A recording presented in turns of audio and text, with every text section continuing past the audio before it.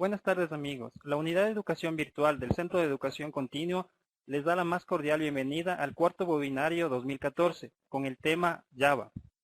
Para la realización del webinario usted tendrá habilitada la sección del chat, la misma que se encuentra ubicada en la parte inferior derecha.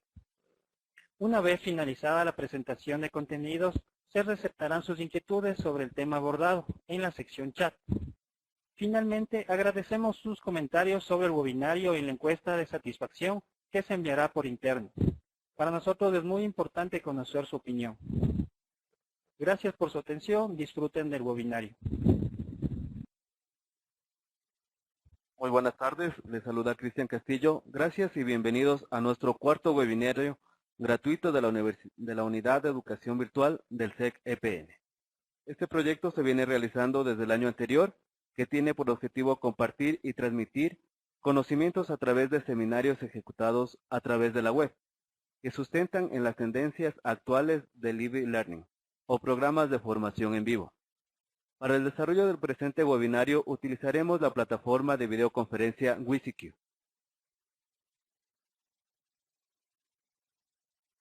Para participar en nuestros webinarios necesitamos que tengan requisitos mínimos: una conexión a Internet de 512 KB recomendable, altavoces de preferencia diadema para evitar el ruido externo.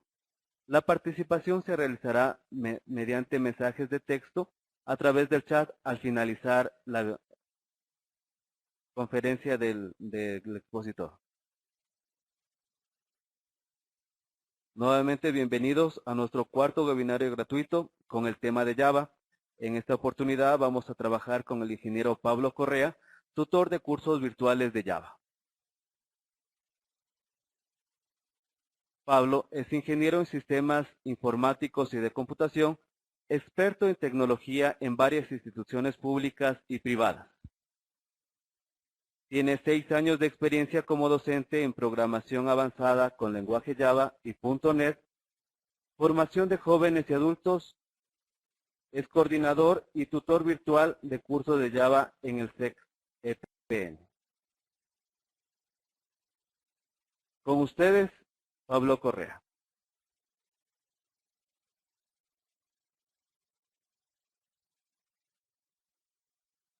Listo. Muy buenas tardes a todos los participantes. Como dijo Cristian, mi nombre es Pablo Correa y yo voy a tratar el tema de Java durante este webinario. Bueno, quería comenzar básicamente con un punto muy importante y es ¿por qué aprender Java o por qué estudiar Java? Quería comenzar con un número bastante interesante que es de 9 millones.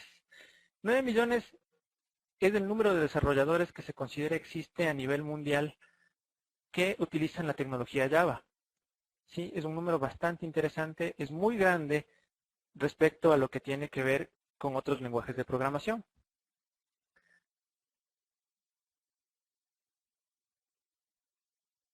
¿Sí? Entonces, ¿cuán popular es Java realmente? Bueno, hay varias índices, varias páginas muy reconocidas que lo que hacen es tomar datos de proyectos open source dentro de GitHub, dentro de SourceForge, y que hacen una medición de los lenguajes de programación y su utilización. Entonces, es así que Java ha liderado muchos de estos índices. En realidad tengo referencia a 2 de ellos, que son Redmond y TIOB, que vamos a ver más adelante la posición exacta del lenguaje y la plataforma Java, ¿no? En realidad la influencia y la vigencia de Java se da a 2 factores principales. El primero es la JVM, la Java Virtual Machine, y la otra es justamente la arquitectura empresarial, ¿sí? Que es quizás el punto más fuerte para tener que considerar a Java como un lenguaje que se debe aprender. ¿Sí? Entonces, este es el índice de Redmond. Como ven, es un índice del tercer cuarto del 2014. Entonces, en este se puede ver un conjunto de lenguajes, justamente donde indica la flecha, en la parte donde indica la flecha es que se encuentra Java. Vemos otros lenguajes como C#, JavaScript, que están por debajo, ¿no? Y este es el índice TIOB. Este índice se hace justamente basado en estadísticas anuales de medición del uso del lenguaje. Y como vemos, el lenguaje desde el año 2002 ha estado en la parte alta del índice, ¿no? Ha tenido sus bajas, pero se sigue manteniendo, ¿no? A diferencia de otros lenguajes. Entonces, aquí radica la importancia de lo que Java representa en el mundo de la programación, en el mundo empresarial. ¿Sí? Entonces, la primera parte vamos a ver cuál es el entorno de Java, ¿no? Básicamente, algunas de las cuestiones que se tratan en los cursos las vamos a ver aquí. Entonces, ¿cuál es el entorno? En esta diapositiva se muestra justamente cómo Java se utiliza en distintas plataformas tecnológicas. Tenemos así la versión Enterprise Edition, lo que es Java EE. Básicamente este es la parte o los componentes Java que sirven para el tema de aplicaciones empresariales distribuidas y que tienen mucha transaccionalidad, ¿no? Luego tenemos la parte Standard Edition, que realmente es en la que se centran los dos primeros cursos. Es la que sirve para hacer aplicaciones de escritorio, aplicaciones de consola, demonios o aplicaciones de servicios. Y tenemos otro conjunto, ¿sí?, de lo que tiene que ver con Java, que es ya lo que tiene con dispositivos móviles, dispositivos embebidos, y básicamente son dispositivos con una memoria, digamos, muy reducida, y que es allá donde se está orientando el lenguaje Java, ¿no? Al Internet de las cosas, llegar a lo que son las plataformas pequeñas, llegar a automóviles, dispositivos tipo Blu-ray, incluso llegar al tema de lo que es Java Card, que viene siendo la parte del uso de la programación Java en tarjetas SIM. Entonces, este es el entorno general de donde se aplica el lenguaje Java, ¿no? Entonces, centrándonos un poco en la parte que es la parte estándar o la parte SE. Esta es en realidad la que se cubre dentro de los dos primeros cursos que se imparten dentro de la unidad virtual del SEC. Entonces, como vemos, se empieza con el tema de lo que es el lenguaje básico, ¿sí? Se empiezan a tomar temas como Swing, bastante importantes, que lo podemos ver en la parte que está intermedia, marcada con tomate, que es todo lo que tiene que ver con interfaces gráficas, ¿no?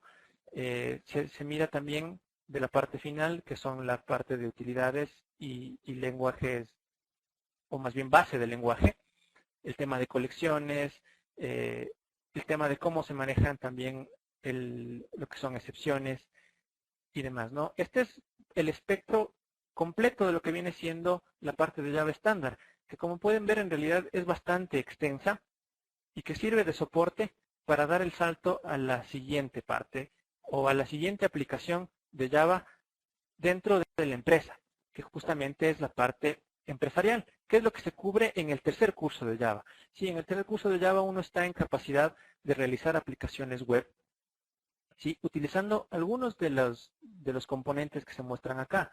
Entre ellos estamos hablando de Servlet 3.1, JSF, que básicamente son las páginas web que sirven para mostrar o tener una interfaz con el usuario dentro de sistemas web. Es así que esta lámina demuestra parte también de lo que se cubre dentro del tercer curso, que es todo el tema de JE. ¿Sí? Vamos a hablar un poco de los temas que vienen incluidos también, además de lo que está dentro de el contenido, ¿no? Entonces, la base en realidad de lo que vamos a aprender tiene que ver con la programación orientada a objetos. ¿Sí? Se revisan los conceptos de encapsulamiento, herencia y polimorfismo, porque Java es un lenguaje orientado a objetos. Entonces, estos conceptos se van ligando uno a uno con espacios o con ejercicios que se van realizando, ¿no? Vamos a ver que durante el curso vamos a cubrir justamente todos estos temas, ¿no? Bueno, Edgar tiene aquí una duda, no sé si le atiendo. Bueno, ¿cuál es el proceso? Me dice Edgar acá, si queremos profundizar más el tema. profundizar en qué aspecto específico.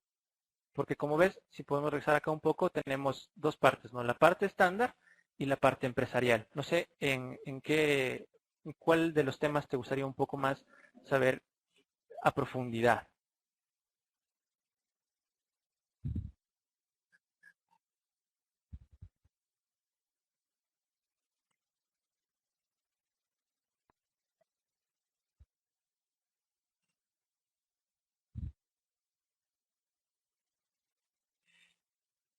Ya, ok. Eh, bueno, un poco respondiendo a Edgar, al final vamos a ver exactamente el contenido de cada uno de los cursos y sí los vemos a un nivel no amplio, en realidad lo vemos, como te decía, de este subconjunto de que es la parte estándar, lo tenemos dividido en dos cursos. Por lo tanto, en realidad sí se hace un tratamiento profundo en algunos puntos, ¿no? Es así que el tema de colecciones, que se nota acá como una cajita del componente estándar, se lo hace en un capítulo completo, ¿no? Ok, me decía aquí Gaby que tenemos que las preguntas deberíamos hacerlas al final, la voy a tener acá. Segundo, me pregunta justamente cuál es el paso después de JSF, ¿no? Entonces, si volvemos un poco acá, eh, en realidad JSF es la parte de presentación, la parte que está arriba, y la parte que se encuentra abajo, que dice la parte de JB, son los componentes empresariales, ¿no? Entonces, básicamente esos son los que sirven para el manejo de transaccionalidad, para el manejo de lógica de negocio, que también se los ve, también se cubren dentro de los cursos. Hay un curso completo para tratar de estos temas, ¿no? Entonces, el tema empresarial y el tema profundidad de la parte web, de la parte empresarial, existe un curso completo en el cual se trata la capa de presentación, la capa de negocio, transaccionalidad, concurrencia y el tema de interacción con la base de datos que viene siendo el tema de JPA. Eso se lo hace en el tercer curso de Java, ¿no? Básicamente es como ir escalando una pirámide. Vamos aprendiendo las partes básicas, las partes que nos sirven para escribir cualquier programa, independientemente de que sea un programa sencillo o que sea un programa empresarial más complejo. Es requerido justamente comenzar con temas como lo que les menciono acá, la programación orientada a objetos. ¿Sí? Se van cubriendo conceptos como el encapsulamiento, como la herencia, como el polimorfismo, ¿sí? Muy importantes dentro de la programación orientada a objetos y muy importantes a aplicarse dentro del lenguaje, ¿no? Entonces, eso también lo cubrimos acá, ¿sí? Otro que tiene que ver, otro tema muy interesante, son las interfaces de usuario. En el curso se busca dar un enfoque distinto a lo que son las interfaces de usuario. ¿Sí? Normalmente estamos acostumbrados nosotros a un modelo basado en tres capas, en la capa de la vista, en la capa del modelo y la capa del controlador. ¿Sí? En el curso donde tratamos el tema de interfaces gráficas, damos un salto más allá y buscamos hacer un desarrollo un poco más ágil, un poco más sencillo al momento de construir interfaces de usuario. Es el concepto del binding o el concepto del enlace. Sí, vamos a mostrar acá. Tengo aquí una pantalla. Esta pantalla acá es desarrollada con el concepto que yo les menciono, el concepto del binding, ¿no? Entonces, ¿qué es lo que se busca acá? Esta pantalla es una clásica pantalla de búsqueda donde se puede ver que tenemos una caja de texto, el botón buscar, tenemos una sección intermedia que básicamente viene siendo el resultado y una sección final en la cual se muestra el detalle, ¿no? Entonces, normalmente uno estaría acostumbrado a escribir esta pantalla justamente haciendo consultas hacia la base de datos e ir mapeando objeto por objeto a las columnas de la base, ¿no? Entonces, eh, más bien el concepto que nosotros queremos buscar acá es el siguiente, ¿no? Por temas de tiempo no hicimos el ejercicio práctico, tomó un poco de tiempo y un poco más de comprensión, pero lo que quería indicarles acá es que tenemos la posibilidad de definir uno o varios objetos que están por detrás. Entonces, si ustedes normalmente piensan y hacen un análisis de cómo sería esta pantalla, Me gustaría poner que digamos que esta es una pantalla justamente como menciona ahí de consulta de clientes. Pensando en la consulta de clientes, sí me gustaría un poco explicarles cómo va el tema del binding por debajo, ¿no? Si nosotros miramos, podríamos hablar de una lista o de un conjunto de resultados de clientes que se van a mostrar y tenemos abajo el detalle. Es decir, esta pantalla se compone básicamente de dos secciones principales. La primera sección, que sería la lista de clientes, y la sección del detalle, donde sería un único cliente. Si nosotros lo mapeamos un poco, voy a escribirles acá un poco en el chat, ¿qué es lo que tendría por debajo esta pantalla? Esta pantalla tendría un customer, un cliente, que podríamos llamarle el current customer o el cliente seleccionado, el cliente actual. Y tendríamos además una lista o un conjunto de clientes, ¿sí? Que serían los clientes consultados, ¿sí? Si nosotros pensamos justamente en esto, sabemos que por debajo tendríamos una invocación hacia la base de datos, pero lo que hacemos nosotros, vamos a pasar al siguiente slide, es un enlace, es decir, hacemos todo gráfico. Tenemos por un lado la parte de los componentes gráficos, por ahí podemos ver, miren, tenemos la tabla de clientes, y lo que hacemos es un enlace directo a un objeto, ¿sí? A un objeto que lo llamamos el modelo de la vista, directamente a la lista de clientes. Estos temas, que en realidad no son muy comunes de aprender, los vamos a revisar a detalle en el curso, ¿no? El tema del binding, de cómo se compone o cómo en realidad se realiza este tema del binding, ¿sí? Es un tema muy interesante que acelera mucho el desarrollo. Sí, estamos viendo también acá que están enlazadas las columnas del nombre, el tema de si está activo o inactivo, el apellido, el correo electrónico. Todo esto es una construcción gráfica de interfaces que no requiere de una codificación extensa, sino que requiere más bien de dar un salto hacia un concepto adicional, que es construir un objeto que se enlace directamente a los componentes. Es el concepto del binding, del enlace entre la pantalla y lo que tiene que ver con la parte de los componentes gráficos de la pantalla, ¿sí? Este es el tema que se cubre dentro de lo que tiene que ver con el binding, ¿sí?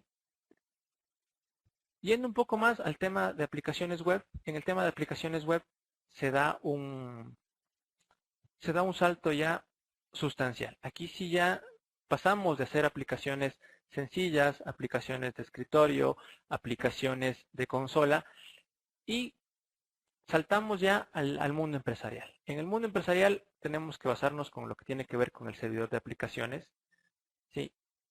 Son componentes, o más bien son productos de software, que lo que permiten es justamente alojar o contener las aplicaciones web, y además de las aplicaciones web, todos los componentes empresariales, todos los componentes que habíamos visto en la lámina de JE.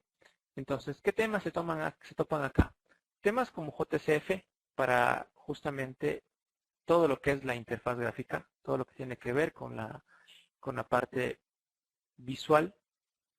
JPA, con lo que tiene que ver al tema de persistencia, todo el tema de interacción con base de datos, cómo se hace el mapeo con la base de datos, cómo es que se realizan consultas con la base de datos, ¿sí? Y dos temas bastante interesantes que se incluyen son el tema de servicios web. Los dos últimos puntos hacen referencia a lo que tiene que ver con servicios web, básicamente con servicios web SOAP o servicios web basados en XML. Y finalmente, un conjunto de servicios que son bastante utilizados o bastante modernos, que son el tema de servicios RESTful. Sí, vamos a ver acá, justamente en la siguiente lámina, qué es lo que tiene que ver con un servicio RESTful, ¿no? Los servicios RESTful o los servicios web REST son los servicios más ligeros, muy difundidos en el nivel de lo que son aplicaciones móviles y aplicaciones, digamos así, que combinan tecnologías con JavaScript, justamente por temas de su rendimiento, su performance, con lo que tiene que ver con rendimiento en la transmisión de información, ¿no? Entonces, vamos a ver que este se trata de un servicio acá, que lo que está haciendo es devolviendo el saldo de una consulta, simulando la devolución de un saldo de una consulta hacia un servicio de un ATM, de un cajero, ¿no? Entonces, se van a anotar aquí cómo es que se utilizan lo que se conocen como las anotaciones o como la metadata de los servicios para poder realizar una consulta, cómo desarrollamos estos servicios, cómo es que podemos nosotros exponer estos servicios, cómo vamos a consumir estos servicios dentro de un ámbito empresarial, ¿no? Entonces, este es el tema quizás más interesante, más relevante y que normalmente no se cubre en un curso que tiene que ver con lo que es desarrollo de aplicaciones JE o aplicaciones web. Normalmente estos puntos de servicios web se los cubre o más bien quedan no cubiertos y se centran más bien en aplicaciones clásicas, aplicaciones con un frontend web y con componentes empresariales. Sí, como les mencioné, el espectro de la tecnología o el espectro de lo que compone Java como tal es bastante amplio, ¿no? En el tiempo que tenemos destinado acá al webinar, en realidad no podríamos entrar al detalle de todas las tecnologías. Sí, es por eso que lo que yo más bien traté de hacer acá es un poco de poner los puntos relevantes para que ustedes puedan conocer y saber básicamente qué son las cosas que tratamos, cuáles son los temas que nosotros vemos a profundidad y que les podrían ser de mucha utilidad en sus labores, ¿no? Entonces, sí. No sé si podemos continuar. ¿Alguien tiene alguna inquietud? Sí querría ver si es que les interesaría algún tema en particular que lo podamos extender. Sí, en especial en lo que les mencionaba, en orientarnos acá en las dos partes, ¿no? Ya. Segundo, me pregunta acá, ¿qué tiene que ver con el tema de JAX-WS, ¿no? Entonces, para las personas que estamos en el mundo de la tecnología, sabemos que tenemos servicios web o web service. Sí, WS viene siendo la contracción o la abreviatura de lo que son web services. Y JAX viene siendo servicios web basados en XML.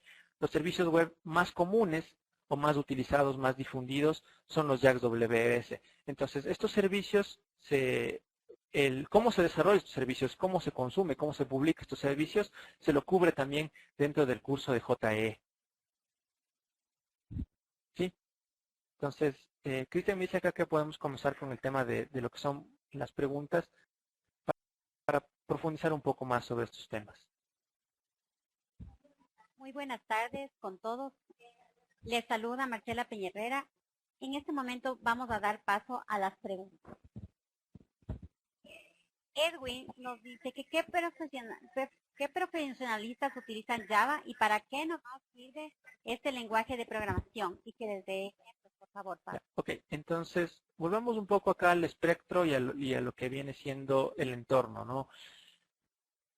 ¿Qué profesionales utilizan Java? Bueno, estamos hablando desde profesionales que construyen aplicaciones móviles, aplicaciones empresariales. Ejemplo, estoy hablando de un ERP, estoy hablando de un sistema bancario, de un core bancario. Dentro del espectro, desde aplicaciones móviles hasta aplicaciones empresariales. Estamos pasando por aplicaciones de escritorio. Incluso el Java está teniendo mucha fuerza, yo les decía, con la JVM, ¿no? La máquina virtual es un componente, como se mira en esta lámina, transversal. Y entonces esta máquina virtual, además de permitirte la independencia de la plataforma, también te permite la independencia de alguna forma del dispositivo. Entonces, es así que tú puedes hacer programas Java para un Blu-ray. El menú del Blu-ray, en realidad, de los Blu-ray viene programado en Java. Aplicaciones Android, en realidad, si bien no corran sobre una JVM estándar, sino sobre su propia JVM, viene siendo un poco el tema de Java y aplicaciones empresariales, ¿no? En aplicaciones empresariales tenemos un gran sinnúmero, ¿no? Tenemos CRMs, tenemos ERPs, tenemos core bancarios, tenemos sistemas de alta transaccionalidad, como incluso el core de Twitter. Sí, el core de Twitter está escrito en Java y soporta el tema de transaccionalidad altísimo, ¿no? Bueno, por acá Richard tiene también otra inquietud que tiene que ver con el tema de JavaCart. Ya, ok. Entonces, bueno, JavaCart en realidad es, no sé si alguno ha podido mirar o cuando ha entrado a su celular ha visto que dentro de las opciones normalmente viene un menú que está hecho por los operadores. Es decir, si uno pone un chip de Movistar, por ejemplo, tiene un menú propio de Movistar para poder realizar recargas, consultas, etcétera. Esos temas se programan dentro del SIM, es decir, dentro del chip del teléfono, se pueden programar ese tipo de aplicaciones. El tema es que son justamente más bien control o tienen el control los operadores, los distribuidores de los SIM.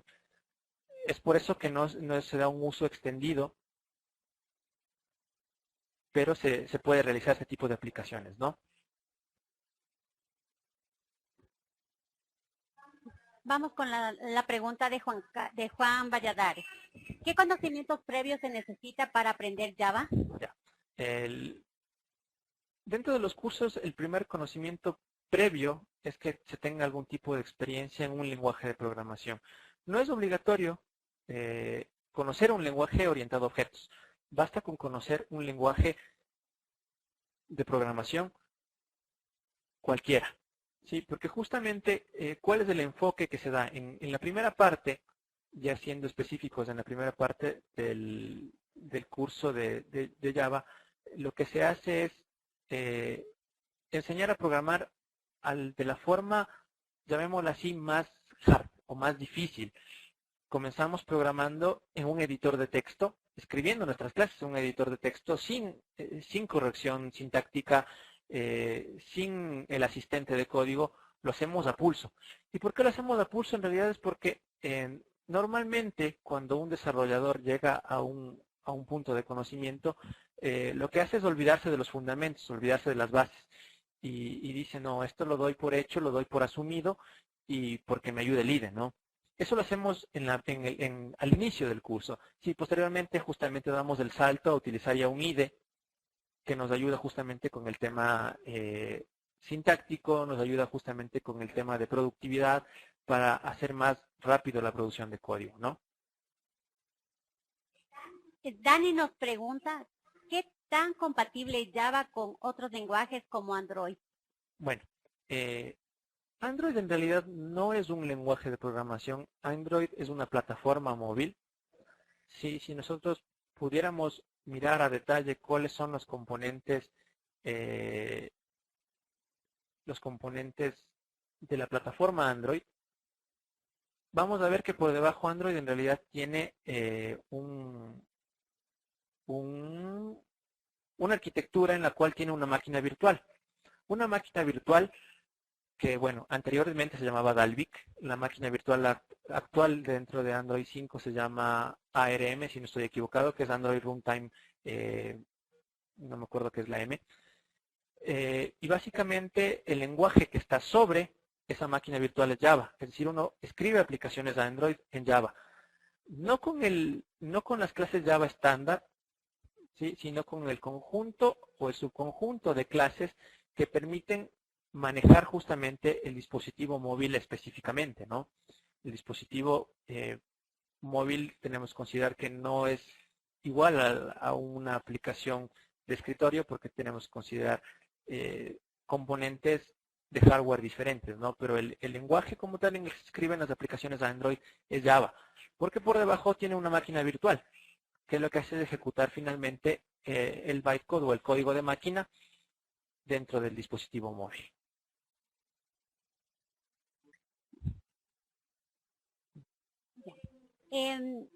Henry nos pregunta, ¿por qué existen inconvenientes Java al cargar archivos SWF en Dreamweaver y no permiten visualizar la animación realizada? Ya. Bueno, comencemos básicamente porque los componentes de SWF o los componentes Flash desarrollados como tal dentro de, puede ser de Dreamweaver o de cualquiera de los otros productos de Adobe, dependen de un runtime propio. Es decir, estamos hablando de que dentro de la parte que es Flash, tiene un concepto también parecido a lo que es una máquina intermedia que traduce al final sobre el código de la máquina, o en este caso puede ser sobre el browser. Entonces, ¿cuál es el inconveniente que más se tiene ahí? Es justamente la incompatibilidad entre las partes de las plataformas privativas o las plataformas propietarias cerradas con los componentes abiertos, los componentes open source. Es bastante complejo o bastante difícil encontrar que una plataforma propietaria te abra sus APIs o se abra su manejo para poder interactuar directamente con ellos. Entonces, normalmente existe un conjunto de componentes open source, de librerías open source, que te van a permitir interactuar. No tengo el detalle exacto de cuál sea, y no sé el contexto en el cual quieras cargar la aplicación Flash, porque si es una aplicación Flash dentro de un contenedor web, en realidad es bastante más sencillo, porque sería con HTML un poco más simple. Pero quizás en una aplicación desktop este sea el inconveniente, ¿no? O sea, el encontrar una librería compatible 100% con la plataforma propietaria. Juan nos dice, ¿se puede combinar HTML con Java? Sí, justamente en el curso final donde vamos con la parte web, básicamente vas a ver que cuando escribes una aplicación web en Java, estás escribiendo un conjunto de etiquetas que al final terminan traduciéndose en etiquetas de HTML. Si tú quieres utilizar justamente las características nuevas de HTML5 o CSS3, lo puedes hacer. Puedes ir haciendo un esquema como de maquetación, es ir utilizando los componentes HTML5 como el head, como el navigator, como el body y los demás, y combinarlos con los componentes JCF, de manera que puedes tranquilamente combinarlo. Sí, puedes aplicarle estilos con CS3, puedes aplicar justamente las animaciones que vienen con CS3 y componentes HTML también sin ningún inconveniente. Bolívar nos dice, ¿existen breakpoints de desarrollo de Java? ¿Puede mencionar alguno? Sí, en realidad ahí más bien quería pasar un poco a la parte que viene siendo la parte empresarial. Normalmente los frameworks vienen atados dentro de la parte empresarial. Estos componentes empresariales manejan, como les mencioné, temas como la transaccionalidad, temas como la concurrencia, temas como la interacción a la base de datos, pero a su vez también vienen siendo especificaciones, es decir, vienen siendo lineamientos, vienen siendo documentos. Y existen frameworks como por ejemplo Hibernate. Hibernate es un framework de persistencia, ¿sí?, que viene dentro de lo que viene, o que viene a calzar dentro del componente que es JPA, o lo que es Java Persistence API, lo que es la API de persistencia de Java. Tenemos, por ejemplo, Prime Faces, Rich Faces, se me ocurre por ahí también ADF de Apache, que son frameworks para la parte web. Son básicamente un conjunto de librerías a las cuales se les aplica un conjunto de JavaScript, o más bien podría ser, se les complementa con JavaScript para mejorar su apariencia visual, para mejorar el diseño gráfico de los componentes como tal y la interacción con lo que tiene que ver también con el tema de JavaScript, ¿no? Entonces sí existen, te menciono para recapitular, en la parte web tenemos Prime Faces, Rich Faces, ADF, dentro de la parte que viene siendo ya de persistencia tenemos Hibernate, y incluso tenemos una parte alternativa completamente que es Spring. Spring es un framework más complejo, un poco más, digamos, completo en algunas partes para el manejo de temas justamente como concurrencia, como transaccionalidad y demás. Edgar nos dice, si hay conocimientos previos de algún lenguaje de programación, ¿usted cree que se pueda acceder a los cursos? Bueno, un poco ahí a Edgar contarle la experiencia. En realidad, sabes que se han presentado a los cursos iniciales estudiantes de colegio. Sí ha resultado en realidad un poco más complicado porque no se da los conceptos básicos de programación, como por ejemplo, cómo realizas una operación de suma, una operación de un cálculo de una variable en otra variable, la asignación. Se cubren, pero no quizás lleguen a suplir todas las necesidades de un estudiante que no sabe programar nada. Sí, entonces, más bien es recomendable saber un lenguaje, ¿sí? en el cual tú ya tienes un concepto de lo que es una variable, de lo que es una sentencia, de un bucle. Se hace mucho más complicado en realidad, Edgar, el llegar sin un conocimiento. Si es que existe la voluntad, se puede, pero se resulta mucho, mucho, mucho más complicado. Juan nos pregunta, ¿qué software recomienda para programar en Java? Ya. Mira, en realidad esta es una pregunta que siempre me la hacen incluso en el curso. Yo les respondo siempre de la siguiente manera. Nosotros dentro del curso utilizamos Eclipse. ¿Sí? Utilizamos Eclipse primero porque básicamente, igual estadísticamente, se tiene que es el IDE más utilizado o el software más utilizado para escribir programas Java. Por lo tanto, es del que utilizamos. Sin embargo, existen alternativas, alternativas muy buenas y muy válidas, como por ejemplo NetBeans. NetBeans que te lo voy a escribir acá. Vamos un poco acá. Eclipse es el primero, tenemos por otro lado NetBeans. Se me pasó la S ahí. Es NetBeans. Tenemos, por ejemplo, IntelliJ, que en realidad IntelliJ es un IDE pagado que a la percepción de las personas que programan en Java es uno de los IDEs más usables, más pensados en lo que es usabilidad para el programador. Pero tú puedes escoger cualquiera, no estás atado. Esa es la ventaja del lenguaje. Si tú puedes escribir el lenguaje en un editor de texto o puedes escribir un lenguaje, escribir un programa en Eclipse, escribir un programa en NetBeans, sabes que la sintaxis, incluso la organización del código como tal es la misma. ¿Para qué te ayuda cada uno de estos IDEs y por qué yo les digo cuál debería ser el criterio por el cual ustedes escojan uno o escojan el otro? Básicamente es por el tema de productividad o por el tema de acelerar la producción de código. Si tú, por ejemplo, consideras que en NetBeans puedo hacer una tarea mucho más rápida que lo que lo haces en Eclipse, entonces quizás ese sea el mejor IDE para ti. El criterio debería basarse justamente en la capacidad de productividad o en la capacidad de ser más productivo al escribir al escribir programas con Java. ¿Sí? Ese es el criterio del uso de un software. En base a mi experiencia, ¿no? Incluso cuando ya llegas a dominar un IDE o sabes los shortcuts o conoces cuáles son los métodos abreviados de teclado para hacer una u otra tarea, entonces ese IDE te sirve más.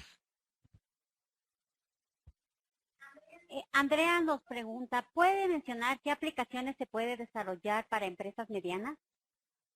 Ya. Bueno, en realidad puedes cubrir todos los sistemas de tus empresas medianas, ¿no? O sea, no hay una restricción. Tienes el espectro completo de aplicaciones dentro de tus necesidades. Si necesitas un sistema de control de activos, si necesitas un sistema de recursos humanos, ¿qué se me ocurre? No sé, un sistema para una empresa mediana, incluso para un sistema de inventario, un sistema muy de moda ahora que es un sistema de facturación, se puede hacer. ¿Sí? No estás restringido a que tengas que hacer una aplicación necesariamente grande o una aplicación muy pequeña. Puedes cubrir todo el espectro de aplicaciones y de las necesidades que tiene una organización. Bolívar nos pregunta si se puede combinar WS de Java con otros lenguajes HP, por ejemplo, y si al hacerlo tiene alguna ventaja o su desventaja. Ya, si es que la idea de Bolívar como tal es dentro de su contenido que está realizando en PHP o dentro de su programa, de su sistema web hecho en PHP, consumir servicios hechos en un backend Java, por supuesto que se lo puede hacer. Puede poner servicios RESTful, que en realidad entiendo que PHP también tiene una ventaja para consumir este tipo de servicios, se lo puede hacer. Y no es obligación que el frontend o que la parte visual, la parte web, se lo haga también con JSF. Si tienes un conjunto de servicios o web services hechos con Java, lo puedes combinar tranquilamente con un frontend PHP. ¿Cuál podría ser la ventaja o la desventaja? Bueno, en realidad, quizás la ventaja sea si es que al nivel de componentes web o al nivel de la parte de frontend tienes personas o cuentas con un equipo que tiene mucho más expertise en lo que es PHP y hace un desarrollo mucho más rápido en PHP, seguramente te hará el tema de una forma más rápida. ¿Y qué tendría de ventaja por el backend? Por la parte de exponer los servicios en Java, es que tienes todo el respaldo de lo que el lenguaje te proporciona, que es ser robusto y que te permite escalar, ¿no? Si tú pones tu servicio desarrollado en un backend hecho en Java, luego lo vas a poder tranquilamente escalar, ¿no? Desventaja, en realidad, si bajo el esquema que yo te propongo, no le vería mayor desventaja, porque el hacer un manejo en este estilo que te propongo, hacer un frontend en PHP y un backend en Java, no le vería desventaja. Quizás la única podría ser que necesitas un equipo con un conocimiento dual, ¿no? Un conocimiento especializado en la parte de PHP para el frontend y especializado quizás para la parte de backend en Java, ¿no? Quizás sea un poco más sencillo tener un equipo con un conocimiento de un solo lenguaje, ¿no? Quizás por ahí podría tener una desventaja en el tema de mantenimiento y demás. Brian nos dice, ¿qué tan interactivo y dinámico es Java con Arduino y en qué carrera de electrónica en control? Ya, sí, en efecto es compatible, o sea, se puede realizar justamente programación con en las placas de Arduino utilizando el lenguaje Java. Entiendo que la comunicación se hace mediante el tema, todo lo que es el puerto serial. Sí, de hecho te voy a dejar el dato de un proyecto muy interesante que se llama JHome. Este es un proyecto que lo que hace es la automatización de los elementos de una casa utilizando una placa Arduino y tiene todo el tema del control mediante una aplicación Java. Entonces, sí se puede, son bastante compatibles, ¿no? Incluso existe una plataforma más apegada al lenguaje que son las Raspberry. Sí, estas placas Raspberry también es bastante parecido a lo que hace Arduino, pero están más enfocadas en el uso de Java, ¿no? Entonces, te serviría en realidad bastante si quieres enfocarte en temas como estos, ¿no? Programar desde el lenguaje Java y conectarte con placas que permiten el control electrónico de distintos dispositivos. Tenemos otra pregunta que nos dicen si Java es compatible con aplicaciones para televisión digital.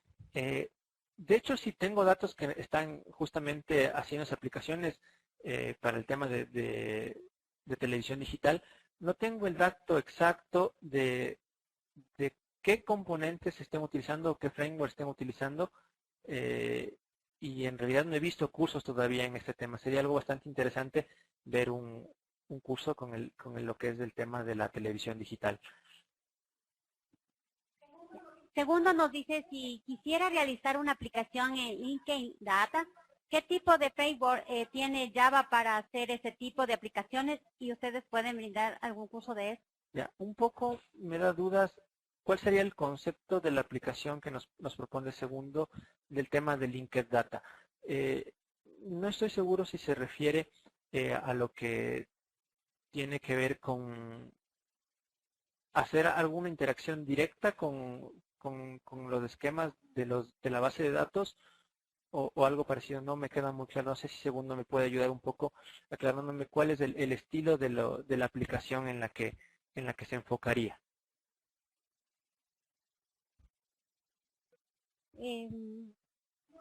Hemos culminado con las preguntas por el día de hoy. Agradecemos la intervención de Pablo en este cuarto webinario gratuito de Java. Al finalizar este webinario, nosotros vamos a darles a conocer los productos que ofrecemos en la unidad de educación virtual.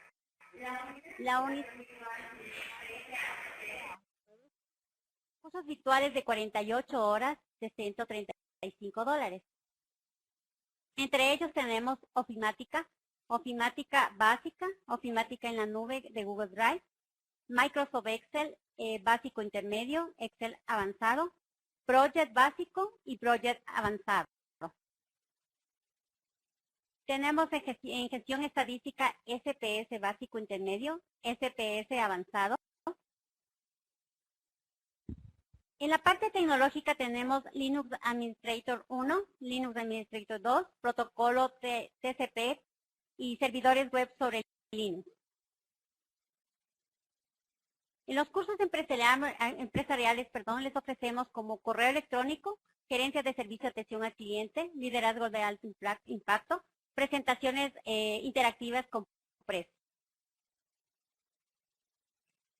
En los cursos educativos disponemos de formación docente como creaciones de recursos educativos con herramientas web 2.0, diseño y montaje de aulas virtuales de Moodle, herramientas de autor.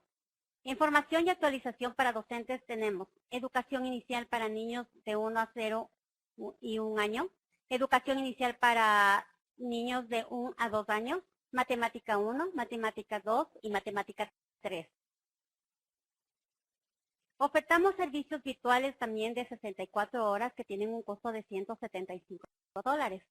Entre ellos tenemos los tecnológicos como son formación de Java Web, Java Fundamentals, Java Advanced, 7 aplicaciones web, formación Joomla Web, HTML y CSS, diseño de templates Joomla, administración Joomla. En los cursos empresariales tenemos planificación estratégica, PNL básico, herramientas para el desarrollo personal, administración por procesos, community manager. Entre los cursos nuevos de la unidad de educación virtual, tenemos online en cursos abiertos como ofimática básica en la nube, ofimática en la nube Google Drive, community manager, herramientas de autor, técnicas de negociación efectiva. También tenemos programas especiales como programas de especialización en seguros, del módulo 1 base y técnica y legal. Otros servicios que dispone la unidad de educación virtual son los siguientes. Alquiler de plataforma Moodle, con la ejecución de cursos en modalidad 100% virtual, ejecución de cursos en modalidad e-learning, como complemento a la capacitación presencial. Tenemos el diseño de cursos virtuales, entre ellos tenemos el desarrollo de cursos virtuales y e-learning, diseño pedagógico e instruccional, diseño gráfico y multimedia, configuración de entornos virtuales de aprendizaje. Gracias por su presencia. Les agradecemos mucho por su participación. Luego de esta presentación estaremos enviándoles el enlace a todos ustedes para que puedan acceder a la grabación y estaremos enviando los certificados digitales.